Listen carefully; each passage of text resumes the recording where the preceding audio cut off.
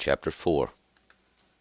You also, son of man, take you a tile, and lay it before you, and trace upon it a city, even Jerusalem, and lay siege against it, and build forts against it, and cast up a mound against it, set camps also against it, and set battering rams against it round about.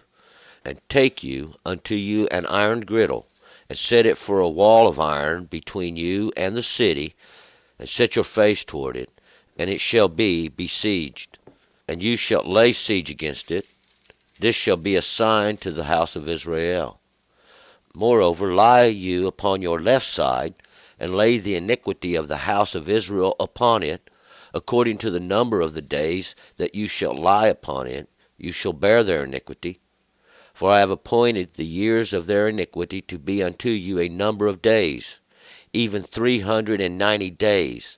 So shalt you bear the iniquity of the house of Israel. And again, when you have accomplished these, you shalt lie on your right side, and shalt bear the iniquity of the house of Judah. 40 days, each day for a year, even have I appointed it unto you. And you shall set your face toward the siege of Jerusalem, with your arm uncovered, and you shall prophesy against it.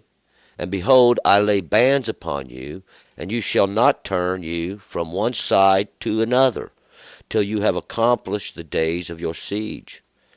Take you also unto you wheat, and barley, and beans, and lentils, and millet, and spelt, and put them in one vessel, and make you bread thereof, according to the number of the days you shall lie upon your side, even 390 days shalt you eat thereof. And your food which you shall eat shall be by weight, 20 shekels a day. From time to time shall you eat it. You shall drink also water by measure, the 1/6 part of a hin. From time to time shalt you drink, and you shall eat it as barley cakes, and you shall bake it in their sight with dung that cometh out of man. And the Lord said, Even thus the children of Israel eat their bread unclean among the nations, whither I will drive them. Then said I, O Lord God, behold, my soul hath not been polluted, for from my youth up even till now have I not eaten of that which dieth of itself, or is torn of beast, neither came there abhorred flesh into my mouth. Then he said unto me, See, I have given you cow's dung for man's dung, and you shall prepare your bread thereon. Moreover he said unto me, Son of man, behold, I will break the staff of bread in Jerusalem, and you shall eat bread by weight, and with anxiety, and they shall drink water by measure, and in appallment, that they may want bread and water, and be appalled one with another, and pine away in their iniquity. All right, let's go back up to verse 1. Now we remember last chapter, Ezekiel was eating the roll which God gave him to eat. These words that was written within, that was written without, these curses, these blessings, those warnings to turn, these even the law that is good for the spirit and the flesh. And he has sent them to Israel, those that can understand, those that can hear the word, those ones that it was put on their heart from the beginning. But we'll remember now, God has given them the hardening of the heart as a curse. We learned this in Jeremiah. But God has hardened their heart in a curse. And this is what happens. They turn, and we'll find the just man we have to warn that is turning, because he has seen his sin, and he does seek redemption. He does seek to be saved. He does seek to be made whole. When they turn, God has laid a stumbling block now before you, and you don't want to stumble on that. All understanding, all knowledge, all wisdom does come from God, and it comes through the law that he gave for your own good. And when you make yourselves observant and obedient to God's law, understanding comes, and you won't get it till you do. And the wicked man, he has ears also. He can hear, but he refuses because he does not incline to listen. He doesn't want to listen because he makes gain and he thinks all the fleshful things of this world is all the pleasure there is. But we're going to pick this up in verse 1. You also, son of man, take you a tile and lay it before you and trace upon it a city, even Jerusalem.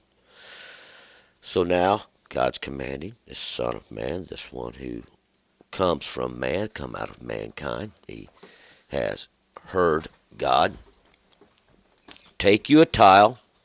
Take a tile, this thing that is made plain, and what it would represent is a square thing, something square and made plain, something that we can recognize and separate from everything else, and lay it before you, and trace upon it a city, even Jerusalem, and trace upon it. Portray, I believe, is what the King James Version says. This trace is to outline, just outline a city on that tile, something that we can make plain and separate and make known, say, this is Jerusalem. This tile here with this outline, that's Jerusalem upon it. I'm going to use it to represent Jerusalem and the city thereof. In Jerusalem, that great city of the peaceful teachings.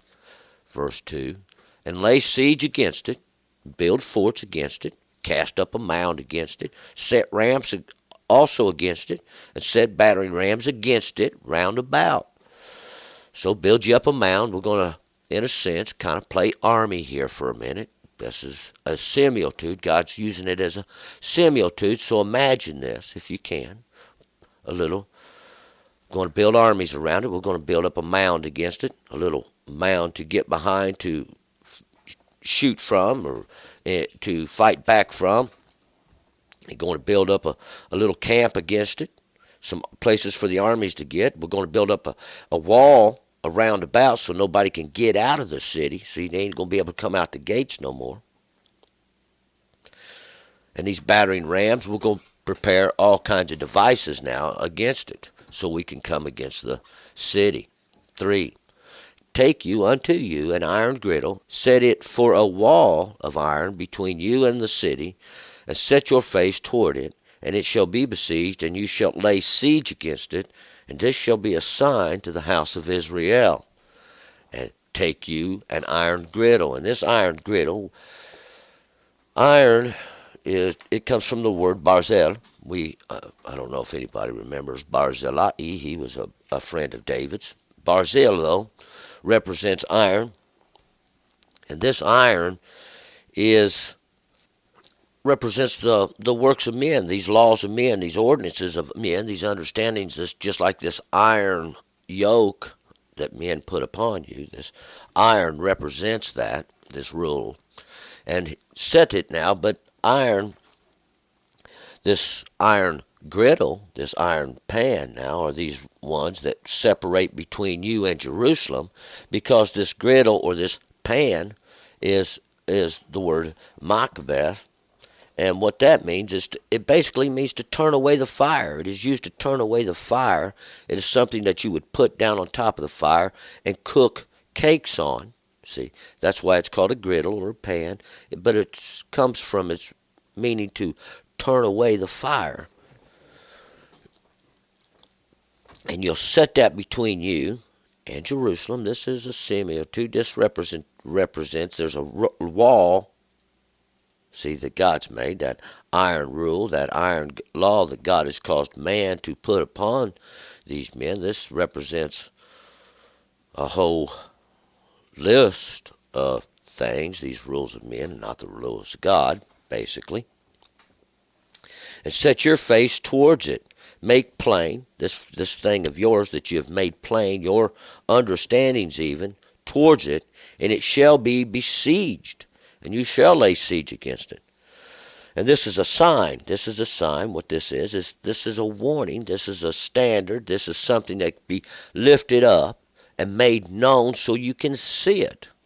4, moreover, lie you upon your left side, and lay the iniquity of the house of Israel upon it.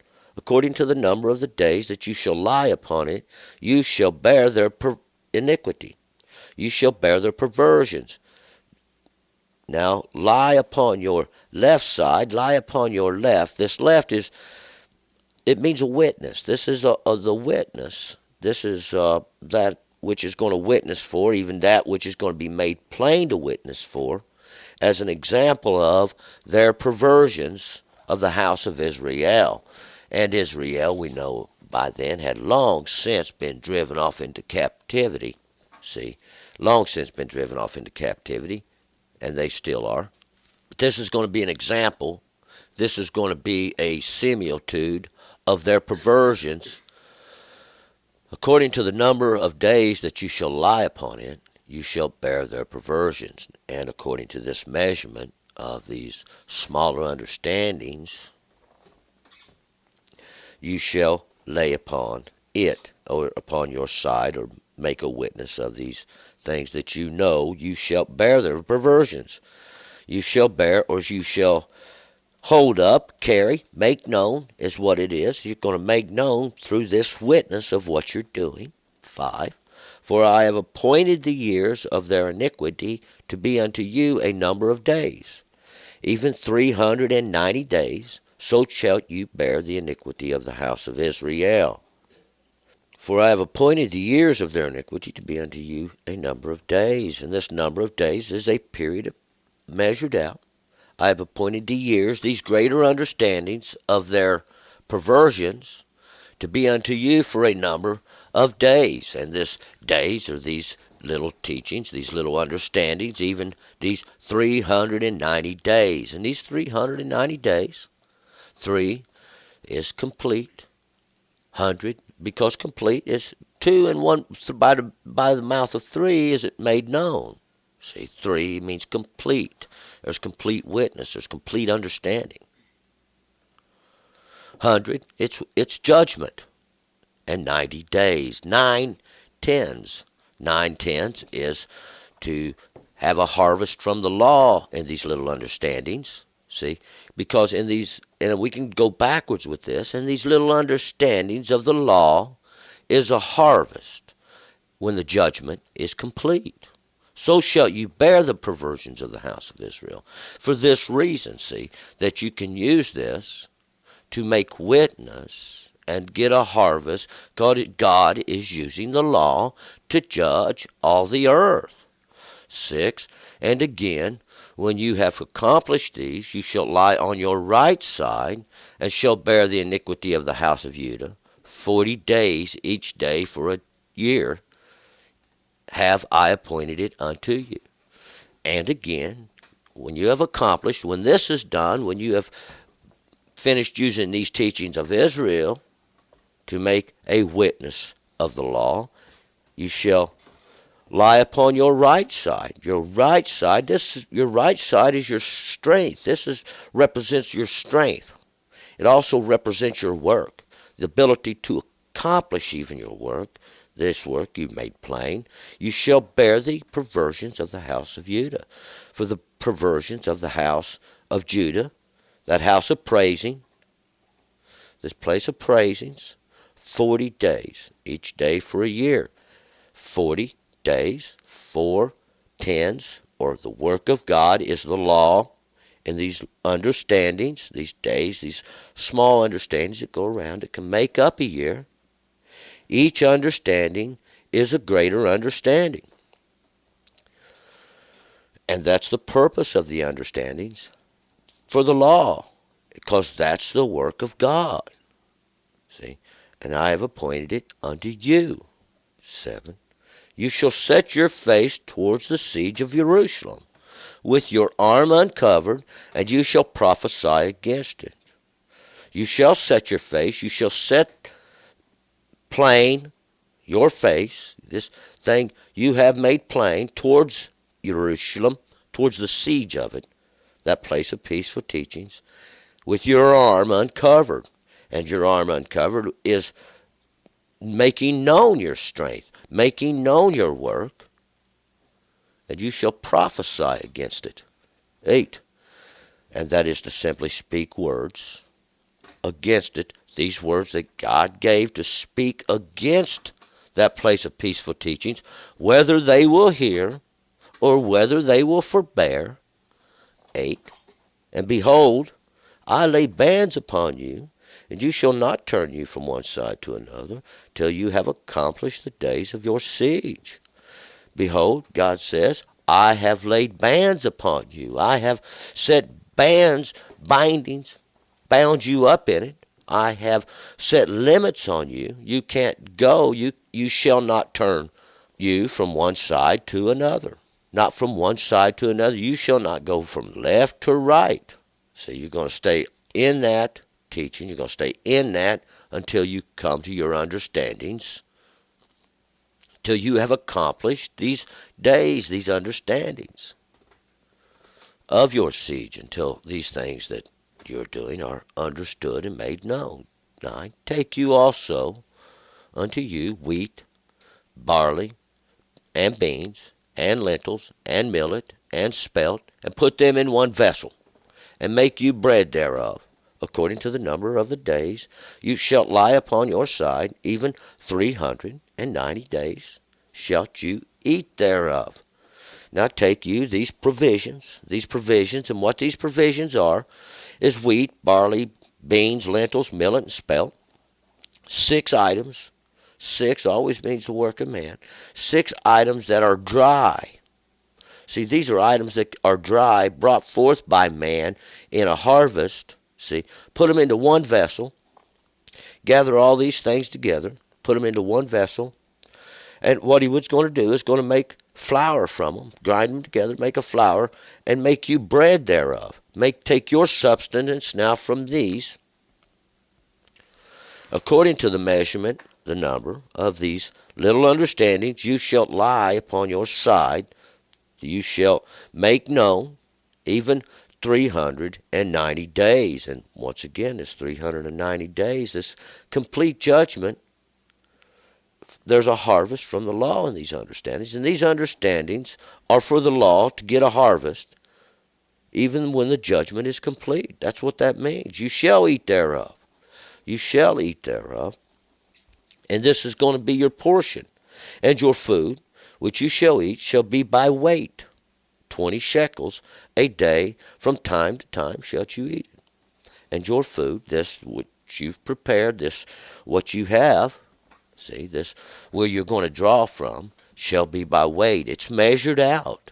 This is measured out to you.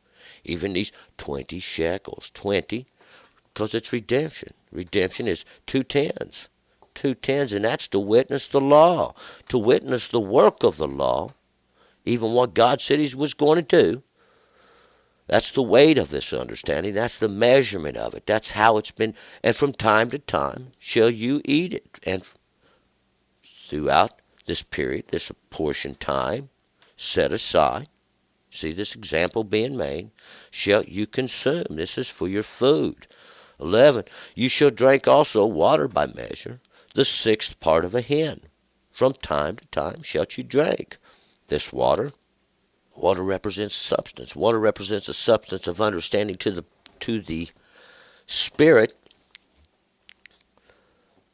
and it's measured out. It's a 6th part of a hin. And this 6th part, 6, the work of man, 6 days shalt you do your work. The 6th is a portion, a part that's set for the measurement. See, this measurement from time to time. That's what it's for, to water your soul, to water, because see, God, these are the judgments God has already worked, God has already done. See, and your understanding of these, your witness of these accomplishments that God has done, these judgments already been carried out, see, is this water. This is that measurement of understanding. 12, and you shall eat it as barley cakes, and you shall bake it in their sight with dung that comes out of man. And you shall eat it like barley cakes, like little cakes. And this is simply like a pancake or something like that is what this is in reference to, because you're going to take these substances and make a cake out of it, using it, see, this dung of man that this sight of in their sight with the dung of man. And this dung of man is that polluted thing that comes from flesh, because God wants to show you now. See, man is unclean. We're getting ready to learn that. Man is unclean, must be made clean. 13. And the Lord said, even thus shall the children of Israel eat their bread unclean among the nations, whither I will drive them. See, because that's what they're doing. They're taking their substance, this bread, this nourishment of understanding. They're baking it on the dung of man. This dung represents the pollutions, that which comes out of man and how he pollutes the understanding of God. See, that's the dung that they bake in their bread. But now, see, because this is what they're doing, even thus shalt the children of Israel eat their bread unclean, because that's what they're doing among the nations where I drive them. 14. Then said I, O Lord God, behold, my soul has not been polluted, for from my youth up till now have I not eaten of that which dieth of itself, or it is torn of beast, neither came there abhorred flesh into my mouth. And this, all having great similitude, that which dieth of itself, that which is dead, that you find, that you don't know what killed it, that which has been torn by beast, that which has been torn by beast, or that which has been, those which have lion wait have done torn and ripped. This all has to do with a understanding, this unclean flesh, which God made a separation in the beginning to let you know God separates. God has a way of separating, and he's trying to show you through this he did separate with the law. See, that's what all that means with the separation of flesh, that God had the ability through the law to separate flesh. 15. Then he said unto me, see, I have given you cow's dung for man's dung, and you shall prepare your bread thereon. So God says, all right, you're not polluted. I give you cow's dung for man's dung, and you shall prepare your bread thereon. And this cow's dung simply represents that which God separated by the law, through the law, separating in the flesh. The dung, that come from that which is clean, or that which come from that which is unclean. These being the understanding, it's a similitude of that which you have taken in and that refuge that comes out from it, even this refuge of that which is clean and the refuge of that which is unclean. And you shall prepare your bread thereon. That's your substance will be baked on it, that which is clean. 16. Moreover, he said unto me, Son of man, behold, I will break the staff of bread in Jerusalem, and they shall eat bread by weight, and with anxiety, and they shall drink water by measure, and in appallment. I will break this staff of bread. I will break the strength of their nourishment. I will break this in this place of Jerusalem. That bread being that substance which you eat, which you partake of, that's supposed to nourish you. See, God's going to break the staff of it, the rule of it, the strength of it, that which you use, and you'll eat your bread by weight, by measure, however God gives it to you. And with anxiety, with expectation that you may not even get it. They shall drink water by measure. They will drink water by measure. This water, the same way, that represents that understanding that comes down from God that nourishes the soul. See, that this is what nourishes the soul. All of it does. All of it does. And appallment. And basically appallment is another word for fear. Even fear that you're not going to get it because you're running out. See, God has sieged the city. God has took in your understanding. God has laid siege against your city of understanding, even this little city of peaceful teachings God's been using from the beginning. See, God is seizing it. It's God that does this. 17. That they may want bread and water, and be appalled one with another, and pine away in their iniquity, in their perversions. That's what iniquity is. They're twisting. It's how they took the Word of God and twisted it around, and they're in want of bread. They're in want of substance. They're in want of water. See, understanding, because God did this, and appalled one with another. They're in fear. They know now, but we'll see. They have prophesied lies. That's what was going on then. See, and what this is all just a similitude. It's all similitude so that you can have understanding. See, you can see these things, know that God has done these things, because God is declaring Himself against their perversions. Same thing going on then, same thing going on today. Turn and return. Let's go on to chapter 5.